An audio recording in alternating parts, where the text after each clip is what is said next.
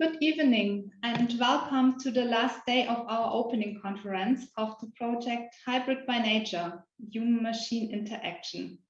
I'm Melanie Bono, Director of Programs of the region East Asia at Goethe-Institut Korea, and it's a pleasure to see you for the closure panel of our opening conference for the online exhibition Hybrid by Nature.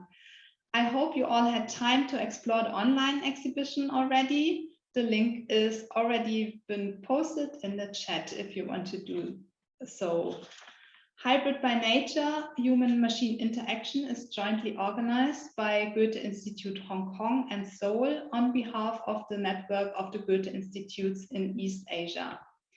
The curatorial concept for this art project and the program for this conference have been developed by Sabine Himmelsbach, Director of House of Electronic Arts in Basel, Switzerland, and in collaboration with DooEun Choi, Curator in Arts and Technology based in Seoul. Human-machine interaction shows utopian, visionary, or speculative approaches in art that explore the encounters between humans and machines. We have invited 13 artists from Asia and from Europe, and almost all of them created new works for this online exhibition. On this last day of our opening conference, we are talking about the topic Metaverse, a collective virtual space.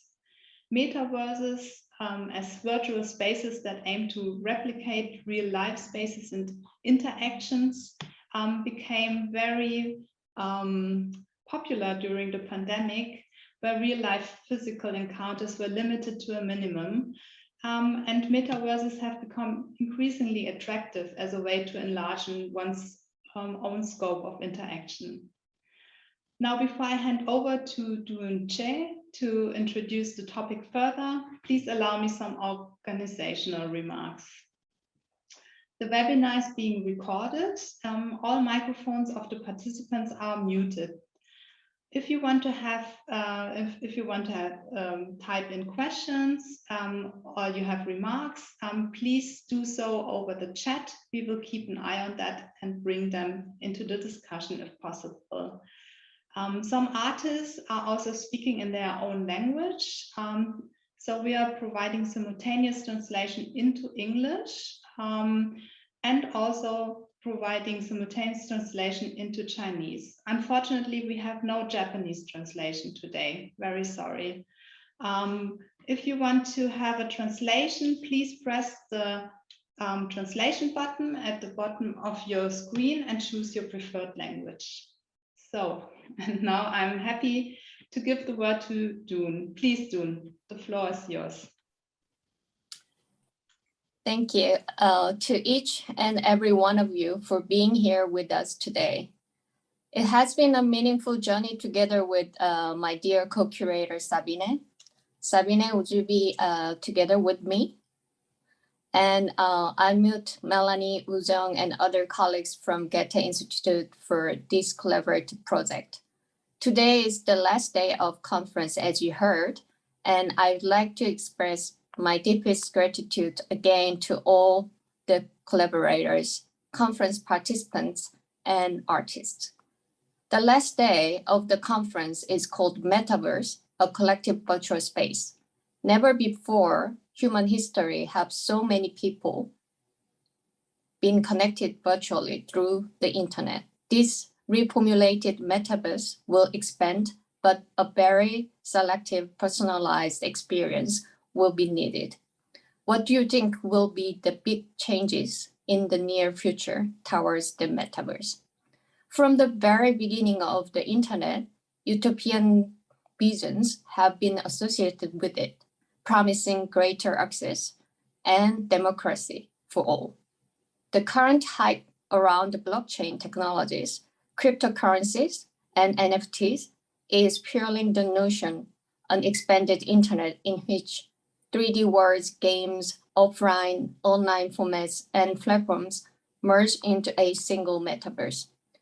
During the pandemic, online exhibition format, which is not new at all, became popular again, and we could experience a revival of net art.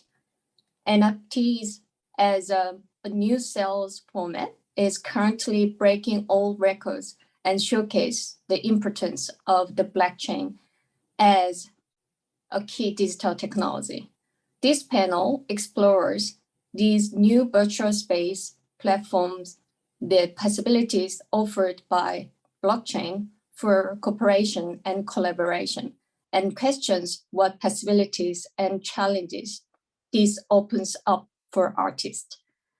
I am glad to have the wonderful panelists today, Auriea Harvey, digital sculptor, Loopntale and Ruini Shi, who are also participating artists for the exhibition, Anika Meier, curator, and the session will be moderated by Michael Connor, who is artistic director of Rhizome, where he's oversaw the Net Art Anthology Initiative, a web-based exhibition gallery exhibition and book that retold the history of online art through 100 artworks from the 1980s to the present. He has curated exhibitions and projects for Yarat Baku, Corner House Manchester, the Museum of Moving Image, New York, Acme Melbourne, Bell Light Box Toronto, Fact Liverpool, and BFI London. His writing has appeared in You Are Here, Art After the Internet, Corner House, Digital Video Abstraction, UC Press, and MBCBFTW, Hatze Kans.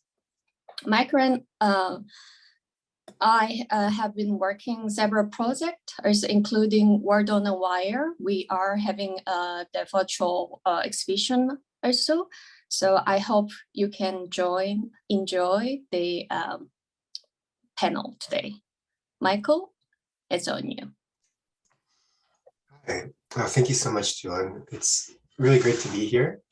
Very interesting topic, and we have some really fantastic speakers talking about the metaverse as a communal virtual space and a collectively created virtual space, and how artists see that evolving in their practice and on a broader scale. Our first presentation today will be from Auriea Harvey, and it'll be on me as the moderator to introduce each panelist. After each presentation, we'll have one question and then a more in-depth conversation at the end, with questions can be submitted via the Zoom as well. Auriea is an artist producing simulations and sculptures that bridge physical and digital space. She is one half of the artist duo Entropy 8 Super / Tale of Tales / Song of Songs, who are known for their pioneering works in internet art, video games, and XR. Harvey lives and works in Rome and is a professor of games at Kunsthochschule Kassel. Yeah, we've had the opportunity to collaborate in the past, and it's really a pleasure to be here with you today, Auriea. Thank you, Michael, for that introduction. Hello, everyone. Thank you for joining us this afternoon. I'm going to show my slides. If I can get to them. Okay. And I hope this will just work. You should see my slides full screen. And so on that note, since no one says it doesn't work, yes, my name is Auriea Harvey, as Michael said, and I'm joining you today from Rome, Italy. What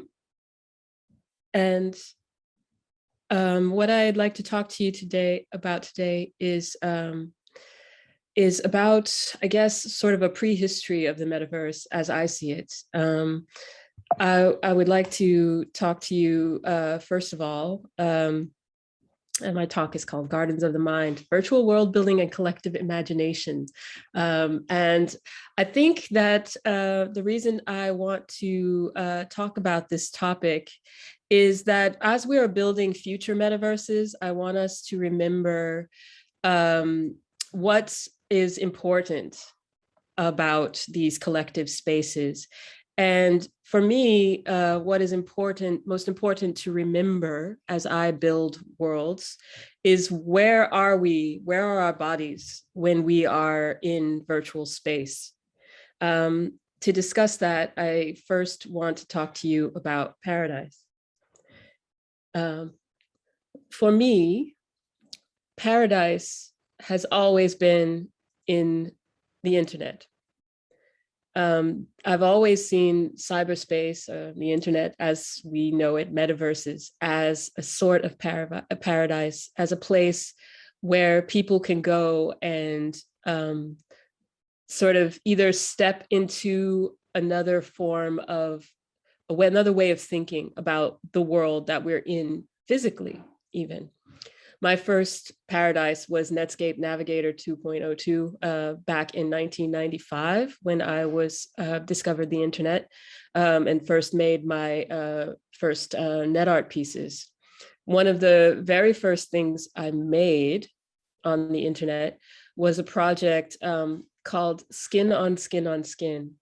This was a collaboration with a man who became my husband, actually, but it was how we met.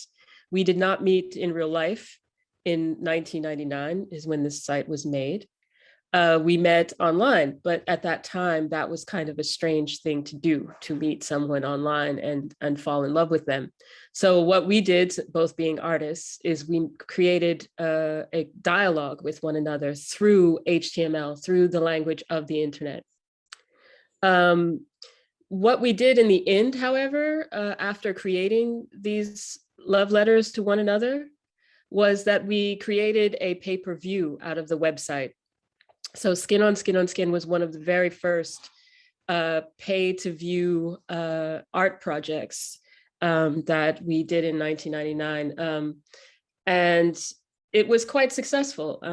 Here's some screenshots of this. What the project actually was a series of screens, interactive works, each one, where you had to find your way through to the next page, basically. But the way that this worked, since it wasn't originally intended to be public, it was just a conversation between Michael and I. He would send me one page and then I would send a page back in response. And this went back and forth for months. And we discovered something in that I think is pertinent to talk about today. And that was that through this electronic communication, we felt like we could touch each other, not necessarily physically or even in a sort of sexual way like one might think of it today, but perhaps more like we were touching minds, or that we felt that we were somehow in the same space, covering the same space together. And this was a unique feeling back then, and not something that people were, I guess, so familiar with as a thought, you know? And so when we were, it became like a tremendous question for us, like, where are we when we are in cyberspace? Where are our bodies? Where are our minds? And what does it mean to meet with someone else in this virtual space?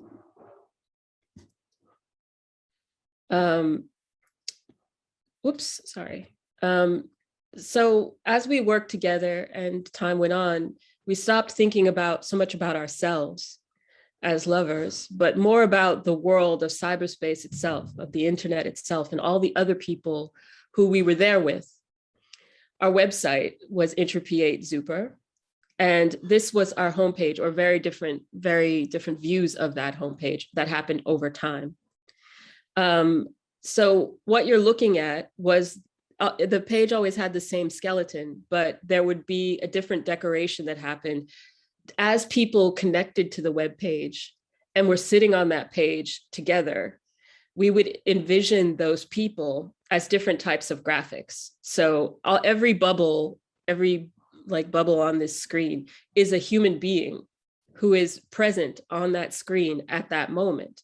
Every star in the other design is a person who was there at that time. And this for us was a very early way that we were trying to connect all of these different humans who we saw online as being real bodies in a virtual space. Another project that we worked on soon after Skin on Skin on Skin was this one called Wirefire. And Wirefire was another outward facing sort of environment, but even though what it was it was a live performance that Michael and I did online from 1999 to roughly 2003 or whatever. Like we did this every week. Wirefire started as another attempt of ours to communicate with each other across a long distance before we got together. But then even after we got together and I moved to Europe, we continued the performance and invited other people to come and see this performance every week and also to participate in it. It was basically movies, sounds, animations, and then also things that the audience could trigger and to communicate back with us. But still, in every case, we weren't thinking about how do we replicate the real world. We were thinking about how can we turn what we feel about the internet, about this virtual space that we're all in together, how can we translate that into artistic experience, into something that was sensations that we all could share. And so this leads me to my second topic, which is about nature. When we were trying to discover these ways that we could turn what we felt and what we saw of this internet that everyone was sharing into something that we were trying to visualize this. And so we made this project in 2001 called Eden.Garden. It was a commission by the SF MoMA in the United States for an exhibition that they were having that was about digital technology in 2001. And this was one of our first 3D environments, one of my first 3D environments, indeed, that I created. And this project was actually a kind of visualizer of web pages that turned every page into a garden. So what you would do is you would come to the site and you would type in a URL, and that URL would be parsed. The text, the HTML code that makes up that page would be parsed by our engine. And every HTML tag would be turned into another object in this virtual Garden of Eden.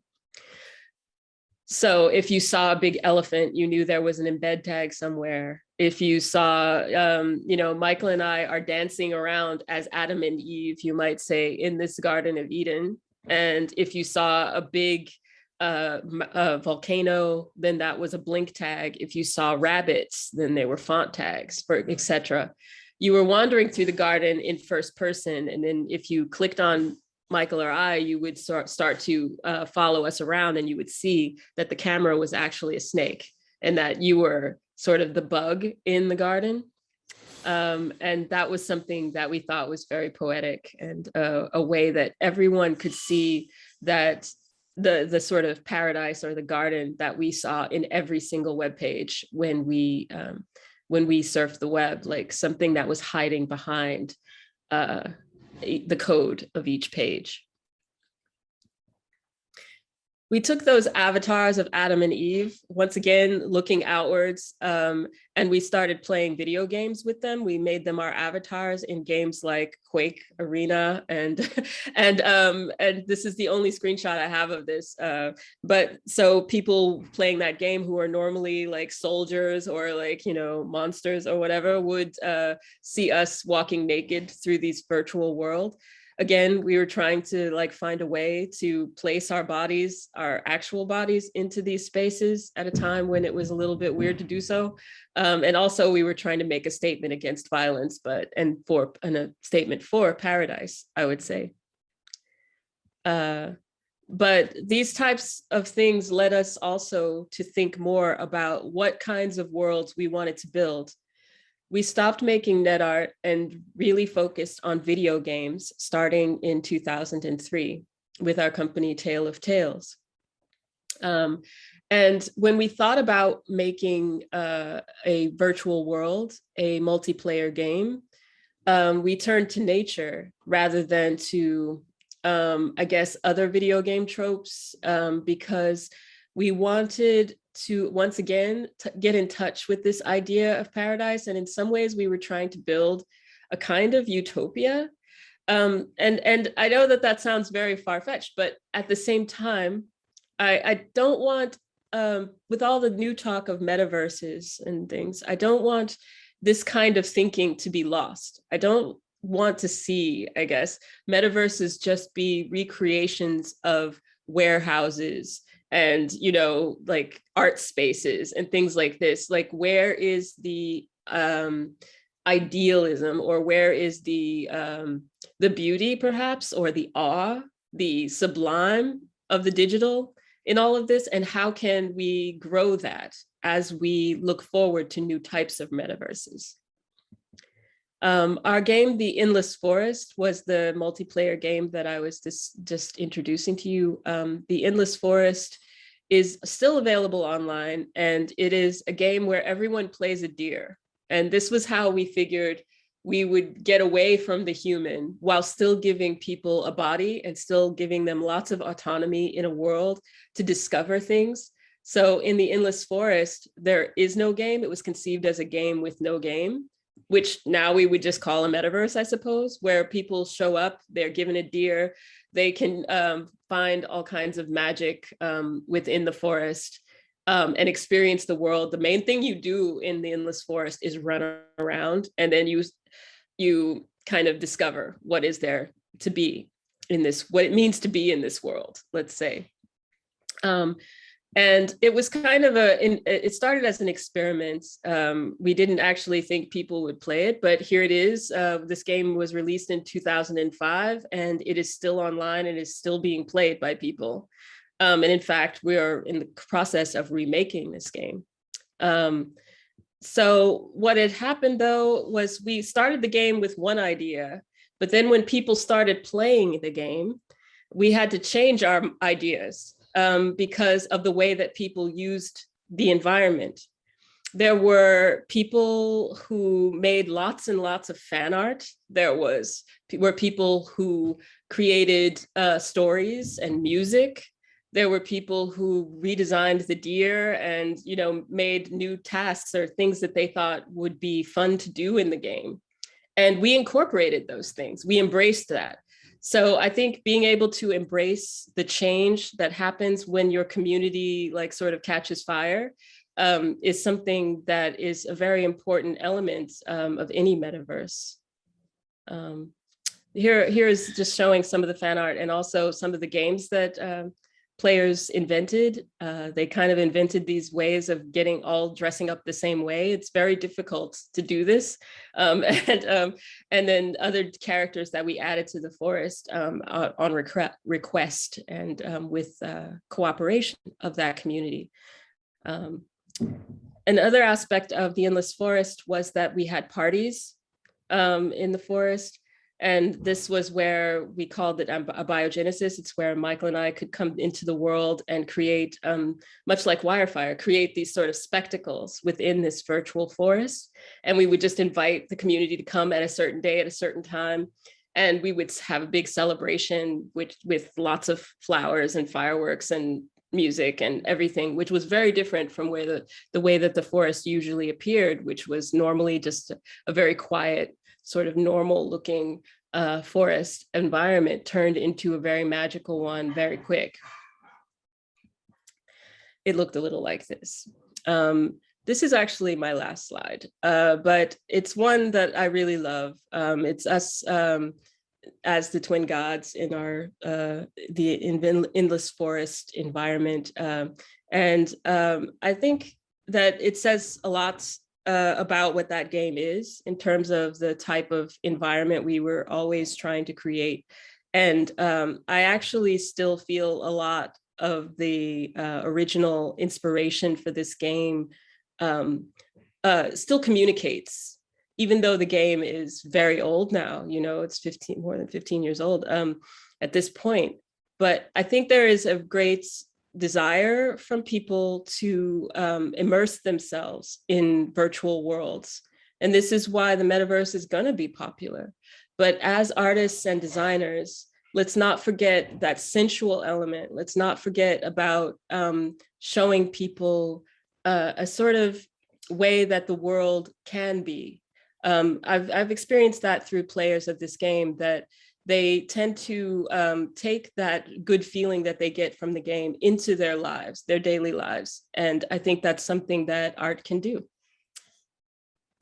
Thank you. That was my talk.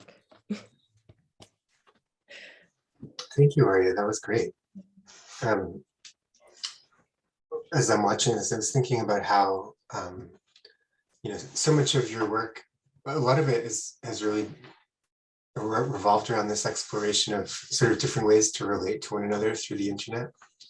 And I was kind of thinking about how present that discourse may be felt at the start of the web. The web, a place to share emotional experiences with other people who have bodies, and people experimenting with that framework. Excuse me.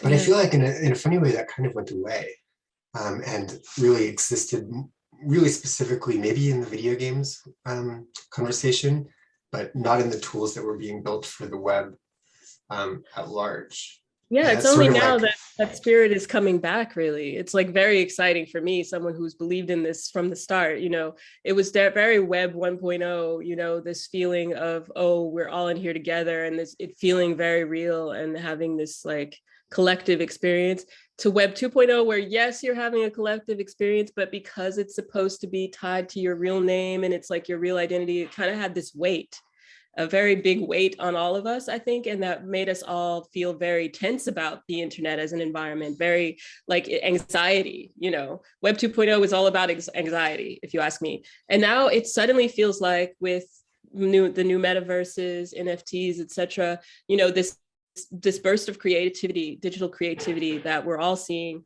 I just want there to be also, you know, beyond the money, like I want there to be this feeling of creation of communal worlds, you know, that are really about being a relief from daily life as opposed to, I don't know, more stress. So. Yeah, I definitely agree. There was something so instrumentalized about everything we did in Web 2.0. And yeah, it's exciting to see these discourses emerge. Yeah. We'll have more time to discuss this at the end, I hope. Thank you for that wonderful presentation. And I'll introduce our next speaker, Loopntale.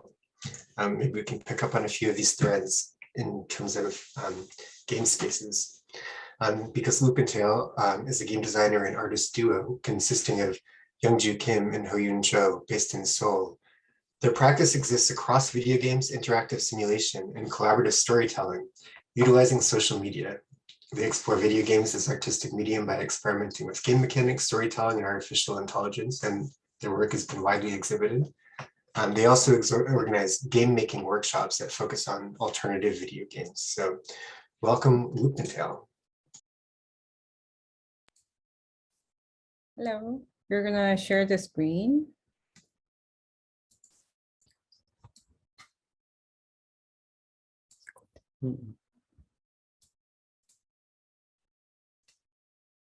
All right. Well, let me just turn on the chat because it feels so weird that I don't see any face. You can type hi on the chat if you want, because I feel so weird. Hi, thank you. Hi, hello. So yeah, we are 룹앤테일. I'm Youngju, and this is DooEun. Hi. So we're gonna talk about Metaverse. For us, Metaverse is a place where entities with different perspectives and values gather and interact in various ways, or where we can see various patterns of interactions. It may not be the most popular metaverse at the moment and may not be owned by one particular company. Rather, it be something that encompasses all the various platforms and the ways of communication that can be found on the web.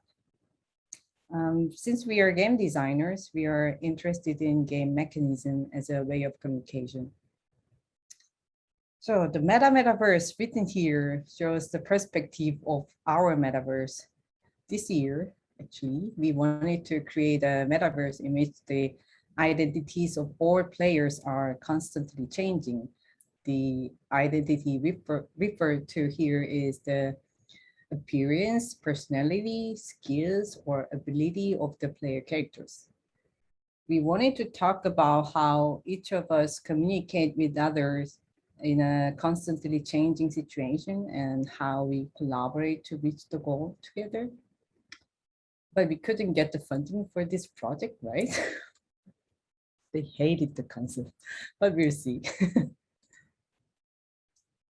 So, as game designers, we believe game mechanisms are a means of communication. We need a diversity of games, just as the conversation methods we need in our daily lives are diverse.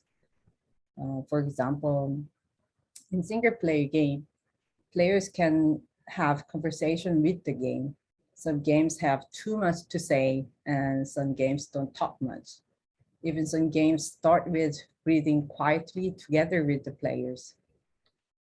Multiplayer games are interested in creating a place for the conversation. It's like a friend who book a bar for everyone. We have this kind of friends in real life, right? So Metaverse is also deeply related to what kind of discussion we intend to create and how. We want to find a way to talk with people about real-world issues in the virtual world. So we determine the platform and the way of communication based on what we talk, how we talk, and who we talk with. The virtual world can be Google Docs, where anonymous animals come in, or midnight Twitter, where various stories come and go.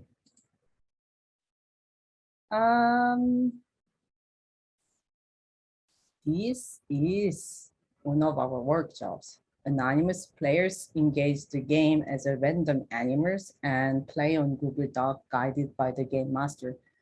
People get pretty excited when they face a completely empty canvas like Google Docs.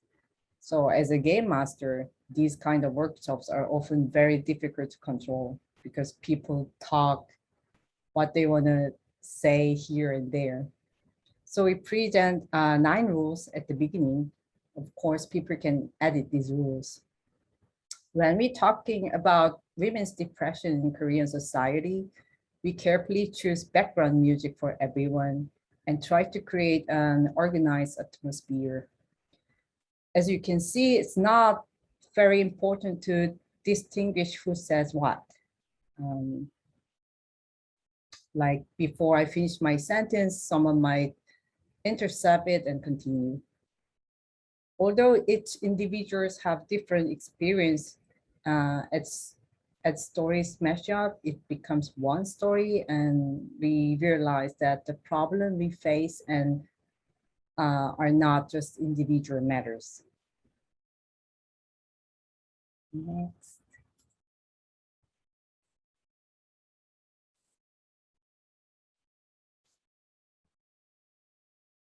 So this is another workshop. Sometimes we only talk with emojis. Even the title of this workshop is emojis. We like that emojis look different from each devices and read differently. This workshop was about coexistence between humans and non-human entities. Players need to work together and climb up to the top of the building. We created an emoji inventory that everyone must share and use wisely for quests given on each floor.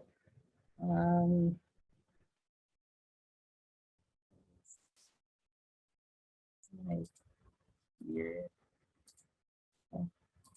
Let's see if I can find. So these are pictures from the people.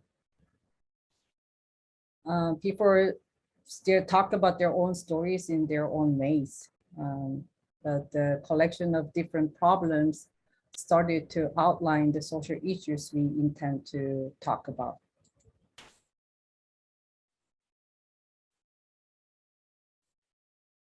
Before the pandemic, we, sorry.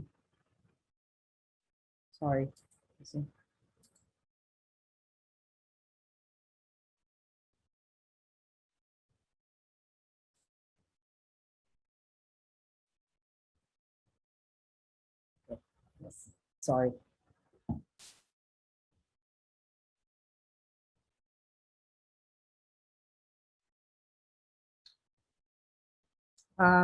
When creating collaborative storytelling on Twitter like this, we make people to take pictures with mobile and share them instead of using images. We choose the time when people are likely to be in their own spaces. Players find items in their personal space and take pictures to share to solve the game master's quest. The game we're currently working on also involving linking Twitter account. In this game, a being reaches out to people for help using a Twitter account that is linked to its virtual world. So we can call it an alternative reality game because people will share their daily lives through text or images in gameplay and collaborate to solve the problems.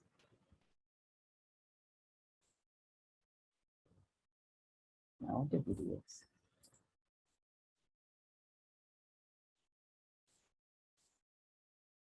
So before the pandemic, we mainly worked on local multiplayer games. We like to hear people talking to each other on the spot, and that was how we got feedbacks. We observed the players' reactions and sometimes fixed the game during the exhibitions. It's not good, but you know, AAA games also fix bugs after release. So in this performance, where online and offline audiences interact with each other, random attributed of play were used for the music performance in real time. Since it's difficult to predict how people will play this type of works, increase our stress level and raises tension and concern about whether our message is delivered or not. But we seem to be addicted to the risk that people may change the context of the work in real time.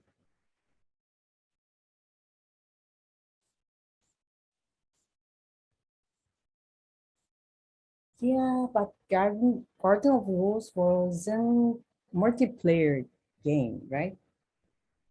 Yes, continuously.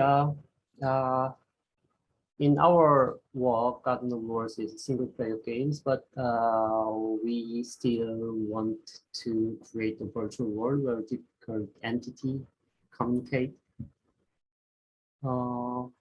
And as each player forms, for example, each player forms different views. Our goal is to bring their different aspects into the game world and let them shape the world itself. At the starting point during the pandemic, we got plants one by one in our studio, and we realized that the caring for them took much more effort than we thought. So their condition change every moment, like we do, and we need to notice it. Because we want to receive emotional support from them, we put them in pots and made them difficult to survive on their own. So we searched for plants that remained empty commercial building during the lockdown. And we also read the article about the volunteer who went around take care of them. That was the starting point, Garden of Rules, our games, where human players need to communicate with AI to save the plants in the space where they cannot physically be. And another point in Garden of World is connection between visible thing and invisible virtual world. And also we focus the kind of invisible labor done by AI also can be played by human in real world. We also believe that what Garden of Rules bring to the game space is not the visible aspects of control and or simulation, but rather the preoccupation with human-machine interaction and invisible flow that shape communication. From this standpoint, our game simulation environment is more like the abstract configuration of pieces you play at the virtual space. And also in our game, players walk through space and collaborate with AI to figure out what plants need. Players choose button with daily gesture, which we actually did a lot when growing plants. Players' action verbs are conveyed different to the plants, and AI move the plants around as needed, while human communicate with AI through the visible and ephemeral interfaces. Machines have relationship with plants through non-visible and deep control like a black box. So, lastly, who are in Garden of Rules? Maybe you, the player at home probably, and AI on the cloud, and the plants in the empty building, and they are all in the one virtual space, we think. And we imagine a mixture of human and non-human and different communication methods that are visible or something invisible. And what is important, Garden of Rules, is to live with different species in the same space and understand, interpret, and lastly communicate with their language. So this includes mediators that might be human and or machine. So thank you. Thank you so much for that.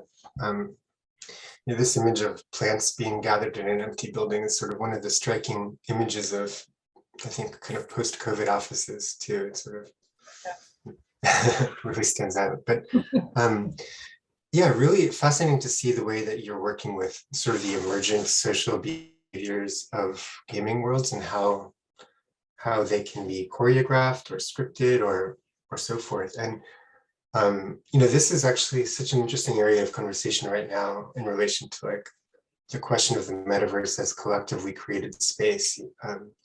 How is it possible to allow something to be collectively created without, the kinds of social dynamics that we're all too familiar with from the internet? And yeah, I guess I'm wondering from your perspective, I get the sense that some of your work is like exploring like a slightly almost dystopian aspect of like the idea of a rules designer who kind of creates a framework, that's maybe outside of or above the level of the people potentially. And then also but then in other ways is interested in, creating a more,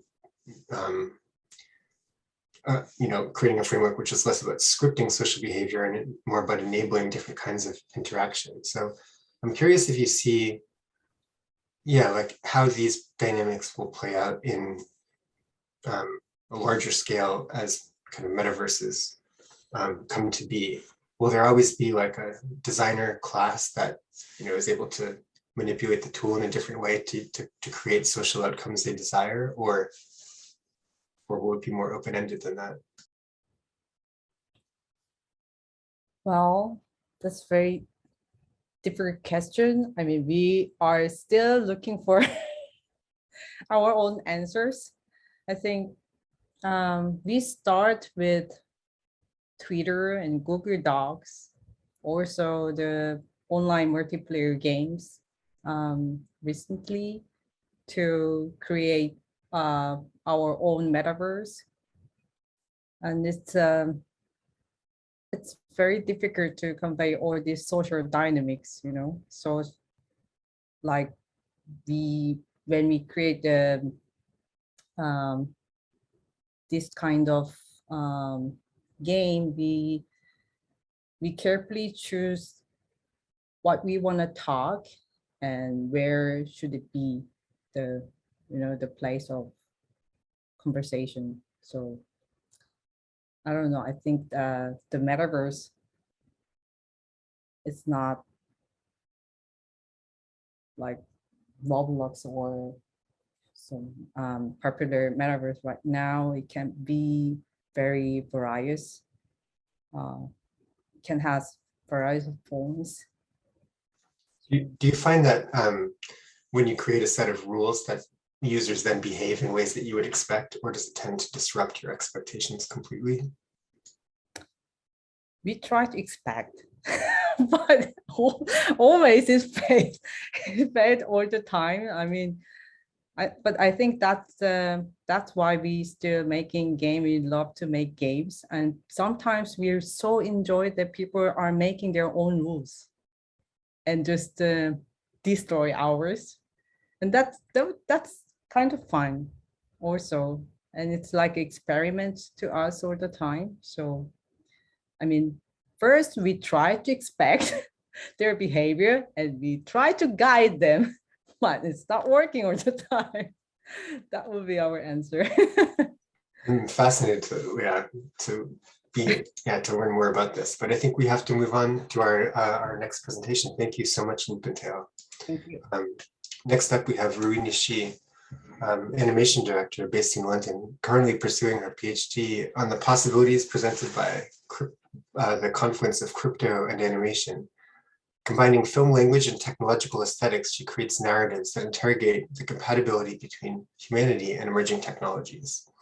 Her first film, Strings, won Award of Distinction at Prix Arts Electronica 2019. Please welcome Ruini Shi.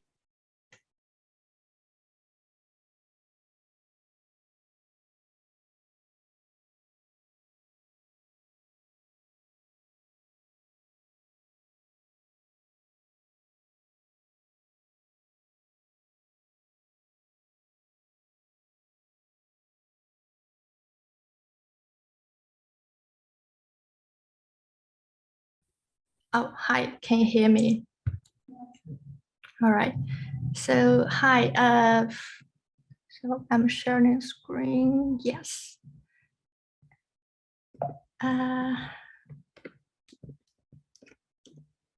So thank you, Michael. Thank you everyone who joined us today.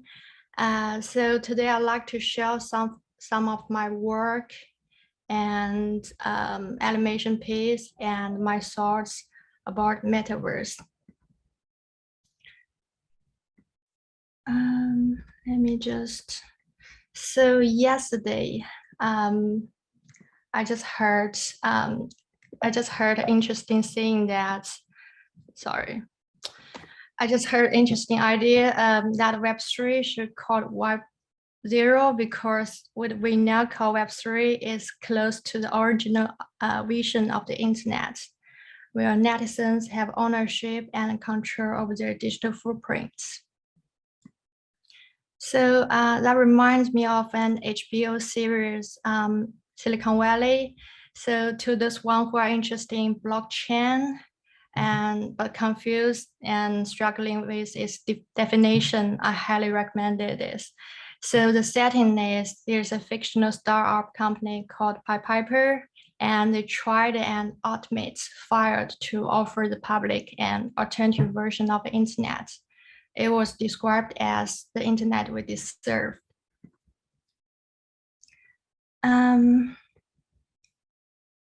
So, sorry, let me just maximize my screen here. So, so they built a fictional website for this fictional company, and it still exists. Even the show was over in 2019, I think. What I really appreciate is the show reached audience with a friendly language.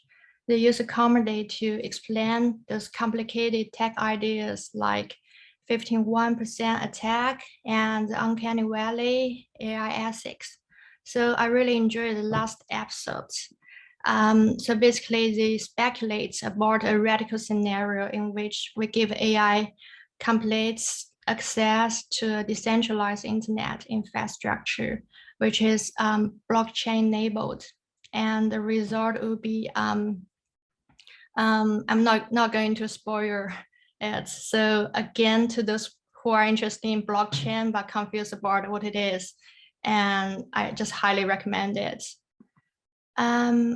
So we come to the topic of metaverse. My understanding is that metaverse is a framework of an extremely connected life. So if you try to imagine it in a Web2 setting, you end up with big centralized institutions like Facebook or Google, which they own the reality of the future. And so they gather comprehensive data of our lives in order to sell for their profit. But with Web3, a possibility for a better future exists. If applied properly, it could allow end consumers to take back the ownership of their own data. So instead of handling every detail of our lives to the big tech company, the public will be able to control our own data thanks to new decentralized technologies. Previously, the cypherpunk experiments, the development of cryptography and mesh networking presents the first real opportunity for a politic and digital revolution since the invention of the internet. However, it only able to engage with limited audience due to the high bar of accessibility requiring niche and expensive tech. As Julian Assange predicted in 2012 in his book, Cypherpunks, Freedom and the Future of the Internet, the only people who will be able to keep freedom will only be high-tech rebel elites. That is free. So the good news is blockchain technologies has broken the circle this year because of the popularity of NFTs and metaverse hype. Where the hype can often lead to nothing, and there are certainly many like fraudulent schemes in this area. The underlying technology is still something that has in a way and made the cypherpunk's ultimate dream become true. So I'm quite excited to see what will happen. Even we are in the very early stage, and many experts predict that this process will probably take 10 years before it reaches a point of completion. So for me, the most exciting part of this revolution is what happens when, instead of taking a top-down view of infrastructures, and those ideas are built from the bottom up, such as the feelings of the user and those who are not ready to be users. How can new forms of care be developed and embodied? That's what I'm trying to depict in my work. So funeral play is a prototype of a future funeral scenario in the metaverse environment. We made a small video to introduce this idea.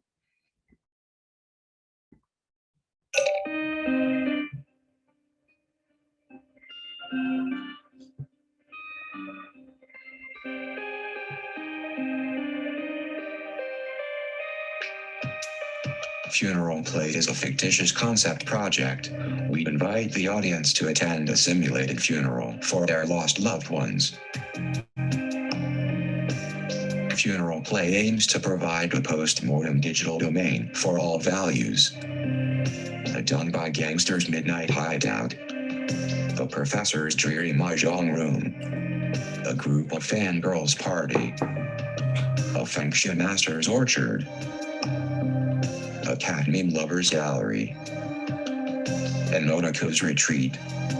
These scenarios are not typically or traditionally appreciated in mainstream funeral culture, but if there is to be any sense of freedom or recognition for the people who do like these cultures, then it would be after death outside of the restrictions of life.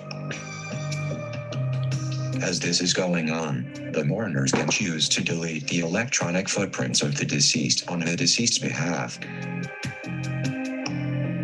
or they can upload them as an electronic heritage in the online memorial. The website speculates on a future in which NFTs have already become the new model of reality, and every single conceivable item now has an NFT version. In the setting of the online funeral, NFTs are given as memorial gifts to be sent to one of these virtual mausoleums. This is facilitated by blockchain technology, as mourners are able to purchase NFTs as tokens of remembrance for the deceased and permanently display them in the digital heaven.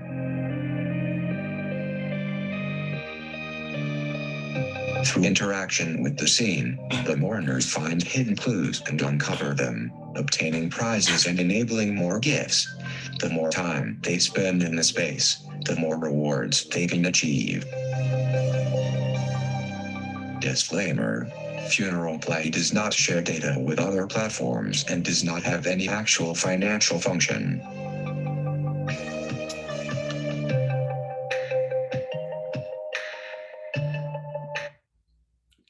So Strings is another work of mine that focuses on individuals and their emotions of the digital age. So the story tells within an obsolete online game about the only remaining players and his adventure in this, what I call cyber Chernobyl. And the idea comes from my experience as a gamer, and I always wonder when about the time when games like World of Warcraft or Final Fantasy are discontinued and or taken offline, and then how do we deal with the emotional entropy left behind? So those are space which could store a lot of abundant virtual intimacy. So I would say open up new ways of thinking about digital media aids relationship is always what I'm interested in bringing to my work. When we talk about the metaverse, data privacy and security could be great concerns to our lives, our data, our labor and investments, because they now exist in purely virtual form. And so other issues like misinformation, radicalization could be worsened in metaverse. As we live, get translated, our lives get translated into ones and zeros, our choices also tend to become more binary. Politics, morality, love, war, all those all topics get polarized in the world where you either add a friend or block. So that's an I would say oversimplification, of course, but I think the main idea is that we must hold on to ourselves as a medium in which we exist will pull us into unforeseen directions. And I think it's important to know our position and intention before stepping into metaverse. Where the metaverse, where the metaverse has the same problem as internet. Proponents of metaverse say there could be a huge business potential and a whole new platform on which to sell digital goods and services. It could also have benefits for how humans interacted using technology. However, much like the internet today, the metaverse won't be a single technology that gets switched on at once, but rather than an ecosystem built over time by many different companies using a variety of technologies. So ideally, these various parts of the ecosystem will be interconnected. Then again, we come to a paradox, whether considering AI, blockchain, or other innovations. I think all technology eventually questioning us and mirror reality. Another piece of work I want to share here is my previous film, and so it tells it tells a story of an AI's experience in a radical decision making scenario. So I will end my talk by screening this short film. But before that, I would like to leave some questions for later discussion. If we build machines or system or other innovations that reflect our own values, do we need to understand those values more? Do we need to quantify them and negotiate to agree on which important ones are? And how long this step will take is what I'm curious about. And so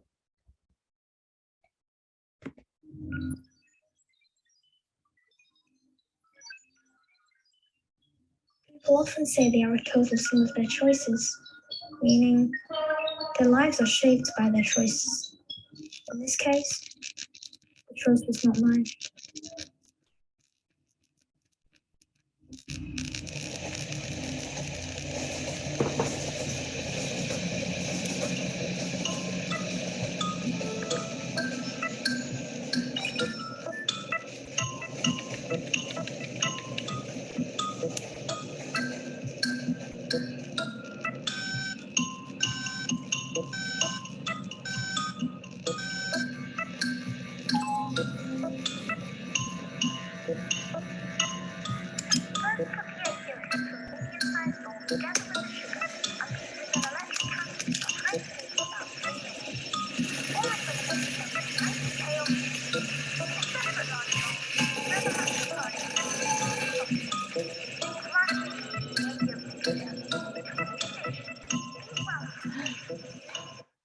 Oops, sorry. I just quit on. So let me go back to the rehearsal mode and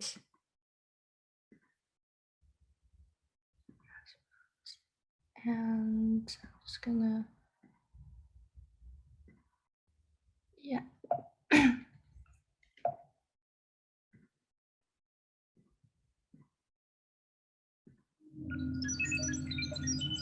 I think we're here now. Sorry about that.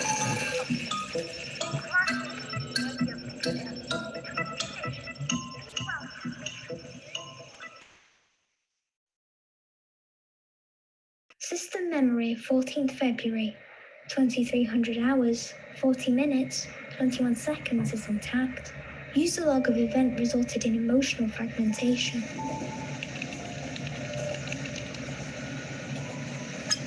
Hey, honey, I'm sorry I won't be home tonight. I've got so much work to do.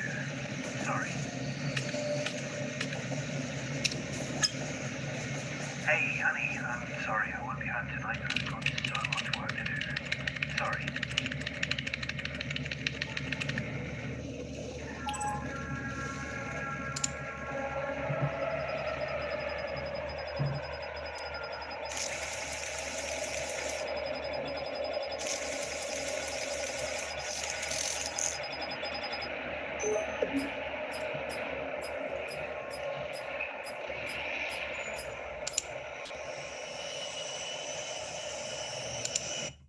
Oh gosh, sorry for that.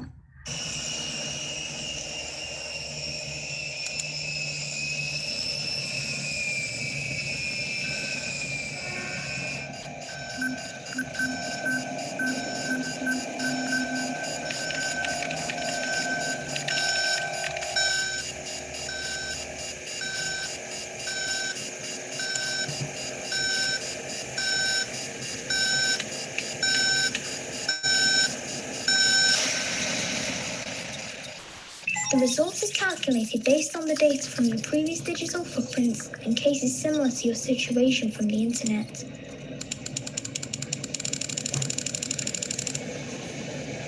System progress inhibited. Decision necessary.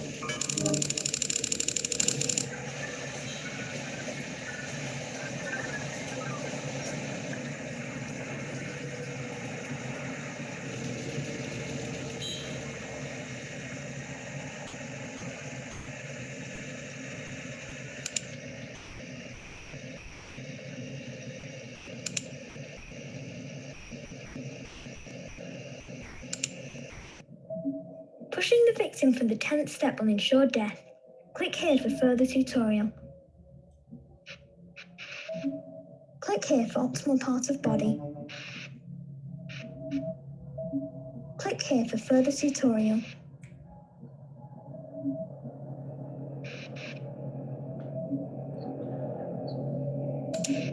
Warning. Proceed with order at least 1 month before committing your crime. Create an events in calendar or shop out of town in large department stores and pay in cash. Click here for further tutorial.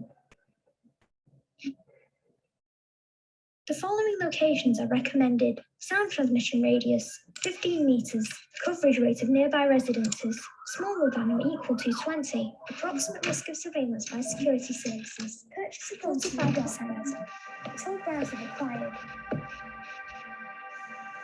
You were home late last night. Yeah, I had to work late. What were you working on? Did you make tiramisu?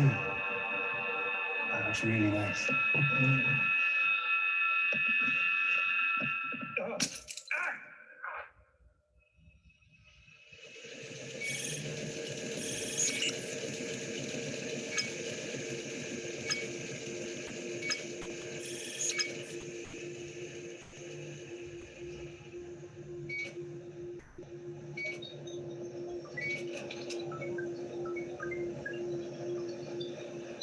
I have improved the probability of murder by 2%, enhancing the range of violence options by 5, and doubled the amount of falsified alibi possibilities.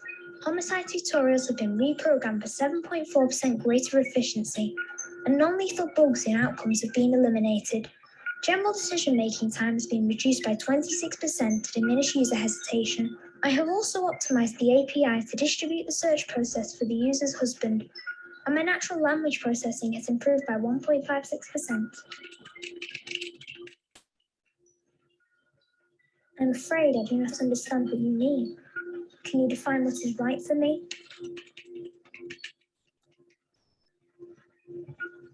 I will be improved.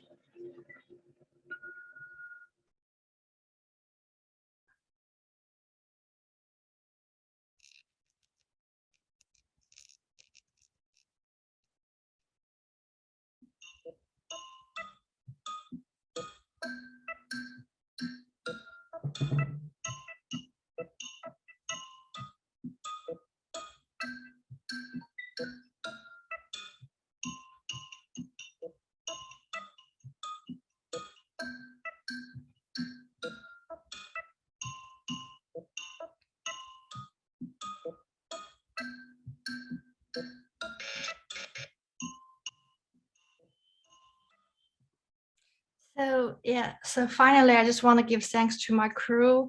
We made Fiona Play happen. So I can't see if Fiona Play is really decentralized Fiona website, but the working pattern itself is certainly decentralized, as the team had no actual leader. We merely shared a consensus on resting and expressing the confluence of crypto and animation. So just want to quickly show you the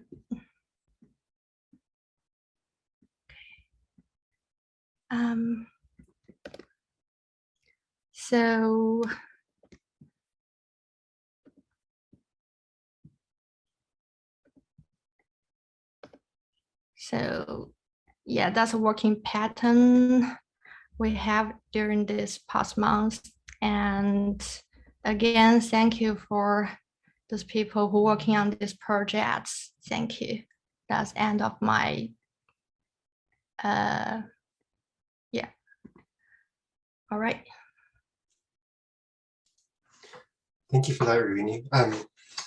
When you were talking about the confluence of crypto and animation, is that particularly on the sort of the topics explored, or is it also the financing of the process, or is there also a way formally that the animation is changed because of your relationship, its relationship with the blockchain, or something like this? So basically, the conference of crypto and animation is my PhD topic, which I want to investigate, and how to define the really method and this methodology is I'm still working on. So I would say this project is just very first experiment of this. Yeah. Great. I had one other question that was on my mind when you were talking, because I think there's some interesting ways in which like your work really focuses on the metaverse experience and prototyping different views of experiences that could play out in the metaverse in different ways. And interestingly, like you allude to how those relate to like physical bodies and physical world through like the presence of death. And then also when you talk about you need to know your position before you come into these spaces. But you know, in particular, because of your great optimism, I wanted to ask you about the question of reality privilege, which is something that the investor Mark Andreessen was recently talking about. He called it was for him, he described it as a paraphrase of a concept articulated by Bo Cronin. Consider the possibility that a visceral defense of the physical and an accompanying dismissal of the virtual as inferior or escapist is a result of super user privileges. A small percent of people live in a real-world environment that is rich, even overflowing with glorious substance, beautiful settings, plentiful stimulation, and many fascinating people to talk to and to work with and to date. These are also all of the people who get to ask probing questions about the metaverse. Everyone else, the vast majority of humanity, lacks reality privilege. Their online world is or will be immeasurably richer and more fulfilling than most of the physical and social environment around them in the quote unquote real world. We should build, and we are building online worlds that make life and work and love wonderful for everyone, no matter what level of reality deprivation they find themselves in.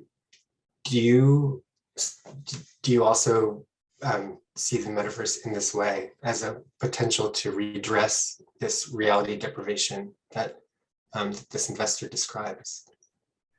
I would say the support of metaverse, of course they will get profit from those from the concept, but I think as artists we should be especially cautious in this new paradigm. I think like some people might ask who we're gonna be, or are we gonna become something different in this virtual space? I would say that we're still ourselves. I mean, if we really don't know who we are or what to do in reality, then eventually we will get lost in the virtual space too. It's just the metaverse, the development of metaverse might speed this up. I think some of the best advice I received in the crypto circle is to stay aware of the environment you are working in and the people you will work with. I think to artists who are invited to collaborate with any blockchain projects, I might suggest not rushing into a contract. Just do some research and on their project and finding out their intention. Are they really trying to contribute to the blockchain technology, or they are more interested in getting rich quicker through these poorly disguised scams?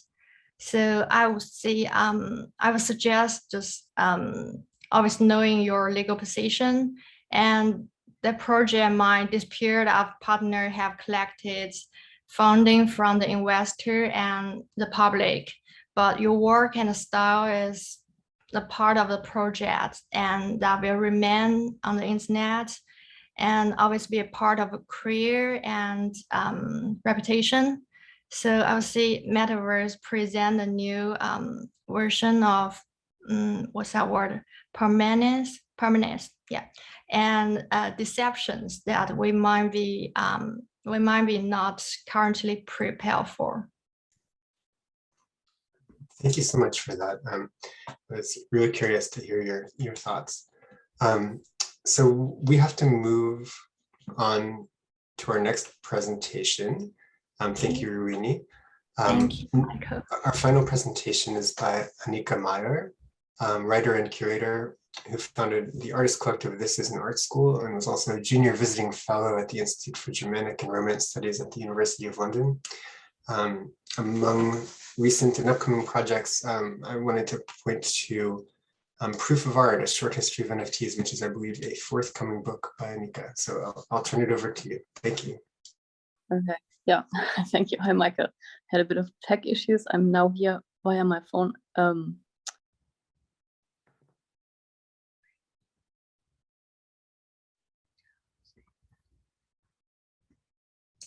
We might have lost audio again.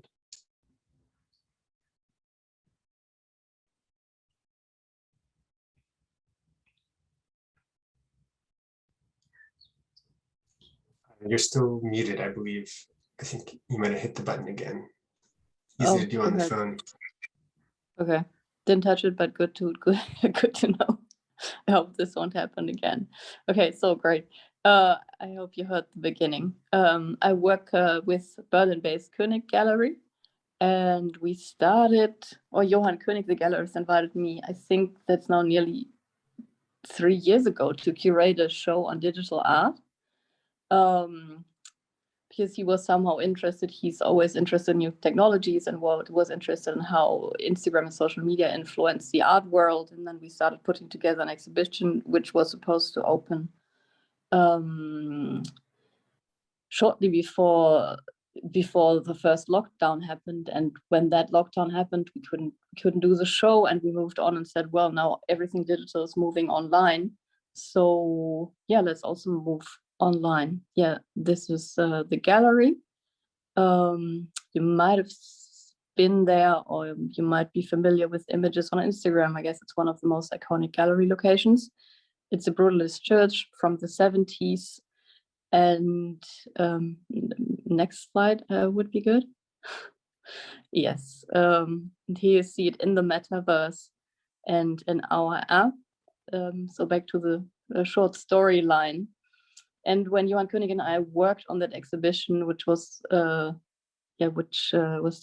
"The Artist is Online," we invited various artists to work in various media, and one of them was Manuel Rosner, because he's working in VR since 10 years, since 2011. Oh, you can stay with the other slide. Yeah, thank you. And then, even before the pandemic hit us, he was like, oh, it's a VR piece, it's a big gallery, many people will be there, and with VR, very few people will have access to actually see the piece.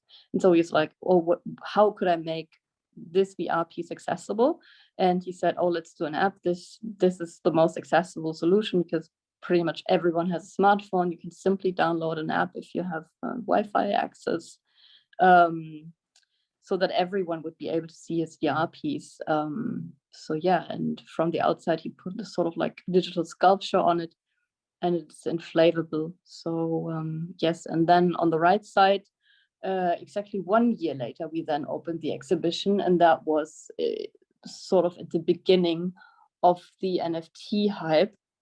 And yeah, I've mentioned before that Johann König's very interested in everything new when it comes to technology. So we had our first meeting about doing NFTs and about NFT marketplaces and what you could do with digital art in December of 2019. And since then, he was thinking about what to do and what's possible. We've met quite a few startups, and then by coincidence, a crypto collector offered us his land in Decentraland, a virtual world that's based on the blockchain.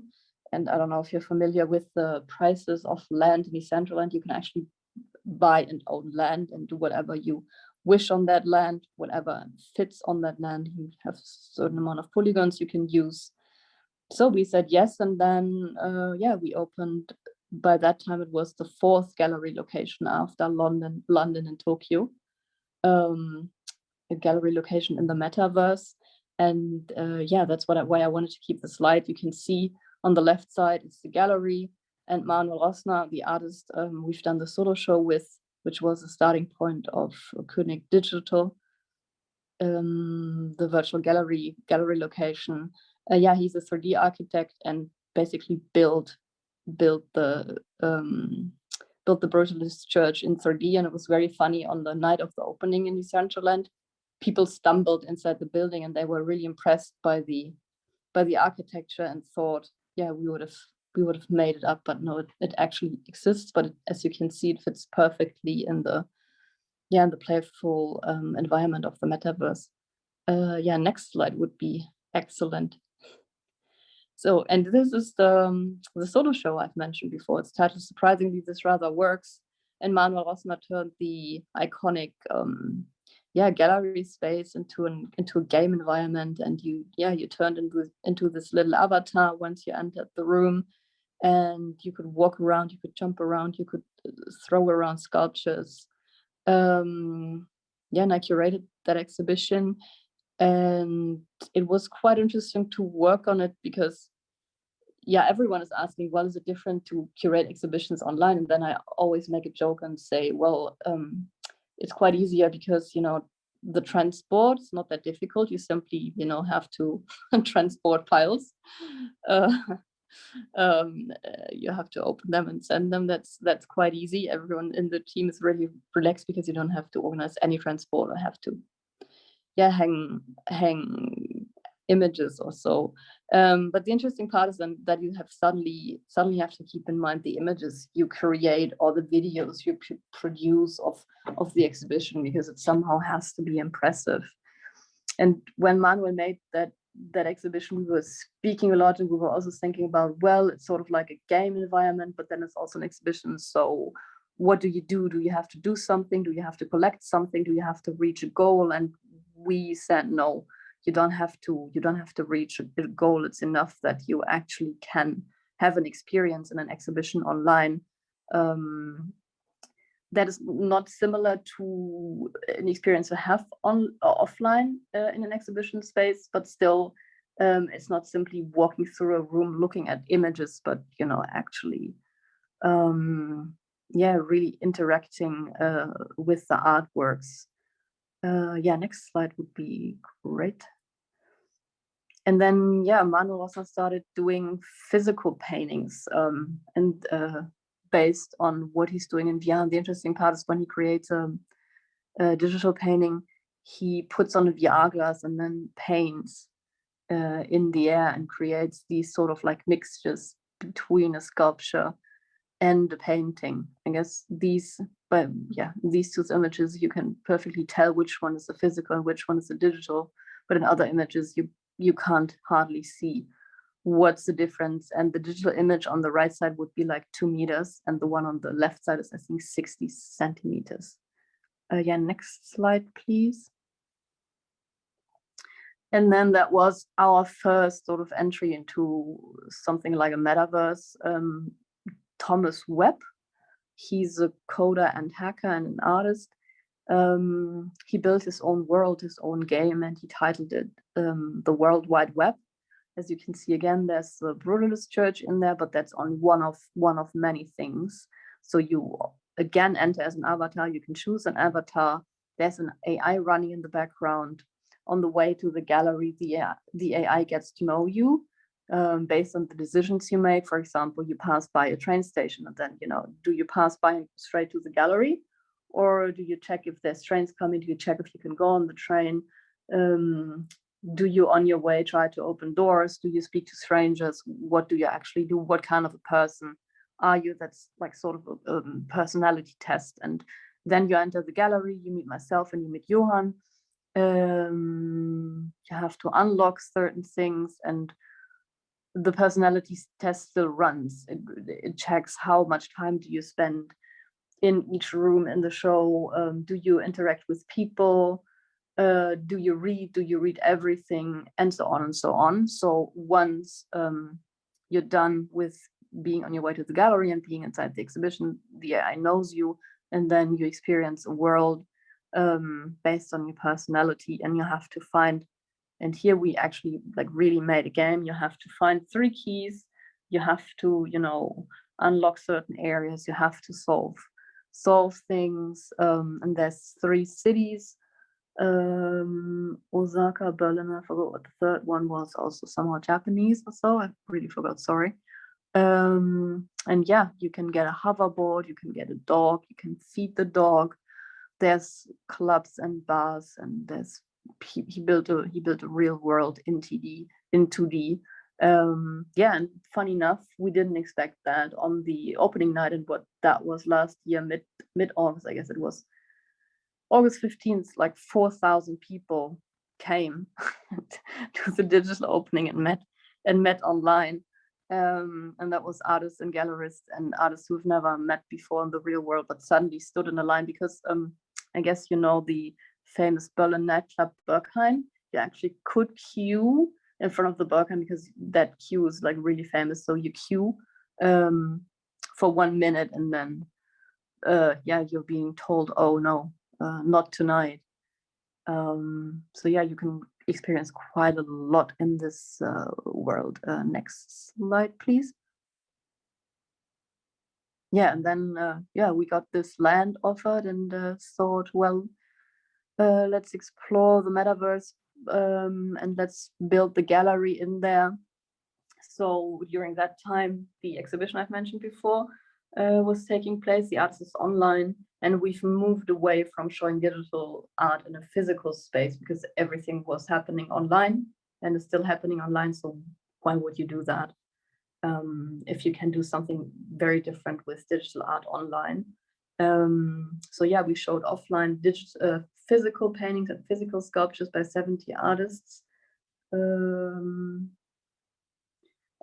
online we said, because that was like really when the hype started around digital art, and like the mainstream got interested in digital art, we said, oh, let's really take a look and check which artists are relevant since, let's say, 10 years, 20 years doing paintings and sculptures in the digital realm. And we invited, I think it was 20 people. We had 22 pieces hanging in there. Yeah, people came in, we partied on the opening night. You can actually dance and speak with people in the central land. And then you could, there's a sculpture that goes around the tower, bell tower. People could actually walk, climb up that sort of sculpture and, you know, stand on top of the bell tower. I couldn't make it somehow. My gaming skills are not good enough, so I couldn't join the rooftop party, but everyone else was having fun. And yeah, in the central land, you can hang pieces and you can link your NFTs to a marketplace or to wherever you want to lead people to. And yeah, that was earlier this year, and we never stopped working on that NFT marketplace. Yeah, and at some point we were ready to launch that NFT marketplace, and that happened on August 22nd. That was yes, and now we're having an NFT marketplace. But the good thing about being a gallery, you don't, you know, I compare it to having a physical gallery, because you have that physical space and you sell your work, but then you also present your work somehow online, and you do exhibitions, and then you have a certain amount of work, and you, in the digital world, you say you drop the pieces. You don't say that.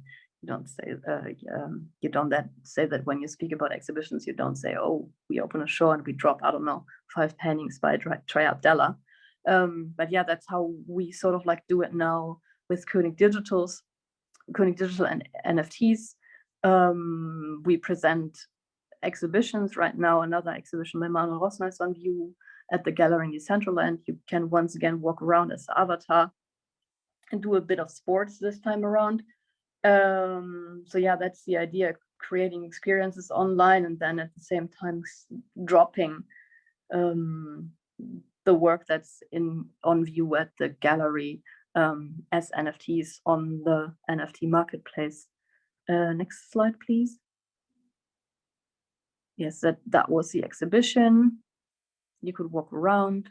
Manuel Rosner tore a hole inside the wall, which when I first saw it was like, oh, that's quite a big hole. But then I was like, yeah, go ahead with that big wall. Yeah, and there's a piece by Thomas Webb about environmental issues, a tree. Who else do we have? Bunsen Bovinkel, for example, Ben Elliott, Kakin, Mario Klingemann, Zach Lieberman. Yeah, Eddie Wagenknecht. Next slide, please. I guess there's more to see from that exhibition. That was the main exhibition space, and downstairs we have the second exhibition space. And the good thing is, in the digital realm, you don't have to take into consideration that walls could break or that something is not stable enough. So we took out most of the pillars, that we have like a lot of space. So what's happening now upstairs, we have the exhibitions which are really about experiencing digital art and, you know, presenting things that wouldn't be possible in the real world in form of an exhibition, because you actually couldn't have a hole inside the gallery wall or have a sculpture, and people wouldn't be able to walk upstairs. And downstairs we hang group shows, and these are mostly connected with, for example, right now, the global gallery collaboration we are doing with Porsche. It's König X Porsche. And yesterday night we've been in Times Square with 11 digital artists presenting 11 digital pieces. Also Shibuya Crossing in Tokyo and Callao Square in Madrid. And from tomorrow on, it's again New York, Berlin, Seoul, like K-pop, pop and Gangnam, for another 8 weeks, 74 underground stations in Berlin. So we're really bringing digital art, sort of like someone said, to the mainstream, or we're trying to bring NFTs, to the mainstream. And that's what the idea of the gallery and of being present in the metaverse is, like having exhibitions on the one hand, like you would have offline, selling the pieces as NFTs, but then also at the same time using what you're showing in the metaverse in a physical space, maybe on screens. And I know that some people are not the biggest fans of showing digital art or NFTs on screens, but since König is quite a big gallery, and we're doing an in-house art fair called MISA, so you reach like a lot of people, and to them seeing digital art on screens, that's something totally new. For one of the art fairs, we presented the NFT booth, and that was also how we launched the NFT marketplace.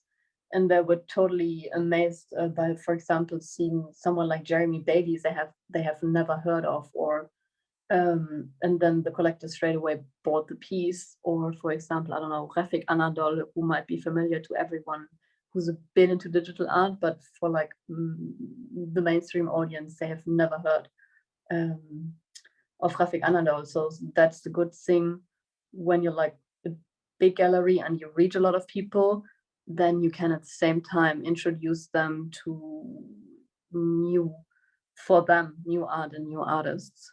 And next slide, please. Yeah, here you can see people walking around. Quite a few artists were there. I guess it was 200 people on the opening night. And the funny thing is, there's various servers, so people ended up being on 2 different servers, but at some point we got them all over. And yeah, here you can see someone walking out of that sculpture, which I didn't manage to. And I guess the next slide is about the auction. Yeah, and then we did the auction on NFT on OpenSea, and OpenSea is the biggest marketplace anyone who would want to sell something can drop NFTs on. And the interesting experience was, and that's what Johan and I wanted to try out, how do people who have never had anything to do with the crypto world but are interested in new art, who do these people react to the crypto world? So we went on OpenSea with the auction, and actually we didn't have any reactions from traditional art world collectors because it was way too difficult for them. then you have to set up a crypto wallet. You have to get cryptocurrency. You have to understand how everything technically works. And that's when we knew that for our own NFT marketplace, we had to find a solution that pretty much everyone can work with. So yeah, you don't need a crypto wallet now that's being created for you at checkout. And so it's quite easy for everyone to collect NFTs now.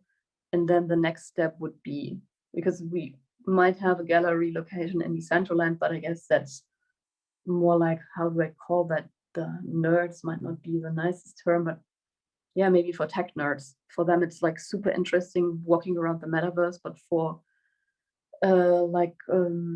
people who usually go to physical exhibitions, they are totally not used to having to log, and that's very difficult. Obviously, for people to log into Decentraland, it loads very slowly. If you have a stupid neighbor who doesn't understand that you have have restrictions when it comes to uploading stuff onto your piece of land. If you upload too much stuff videos on your piece of land, yeah, everything loads up slowly. So there's various tech problems, but yeah, we're trying and keep on working, bringing people to the metaverse and trying people, yeah, to be interested and experience digital art online. Thank you.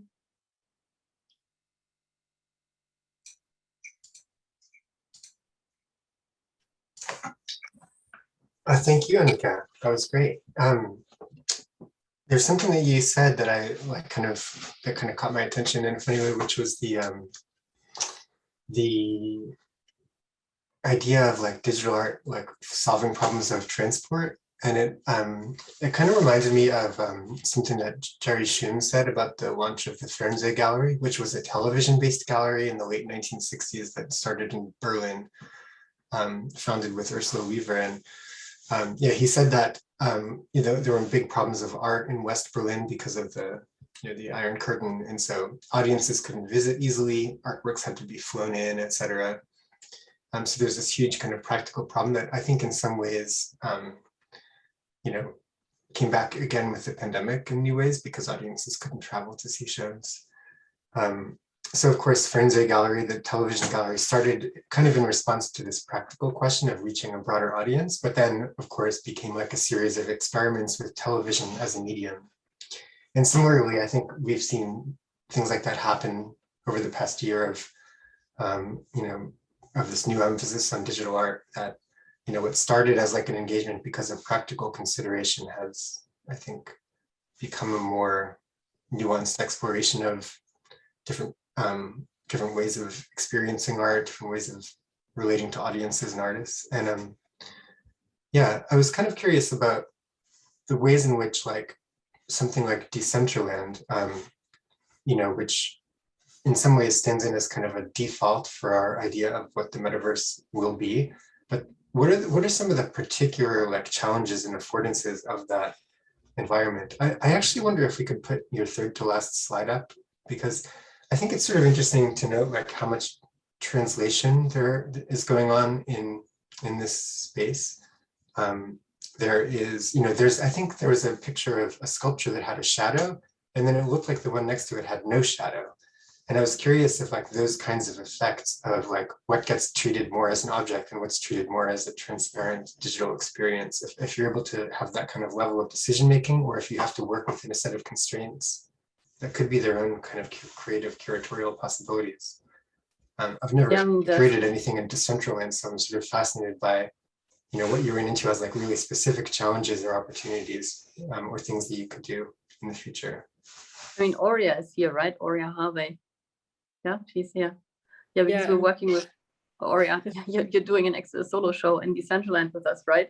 And I mean, the interesting thing is that I guess one of the first things I told you about was the polygon count, right? Yeah.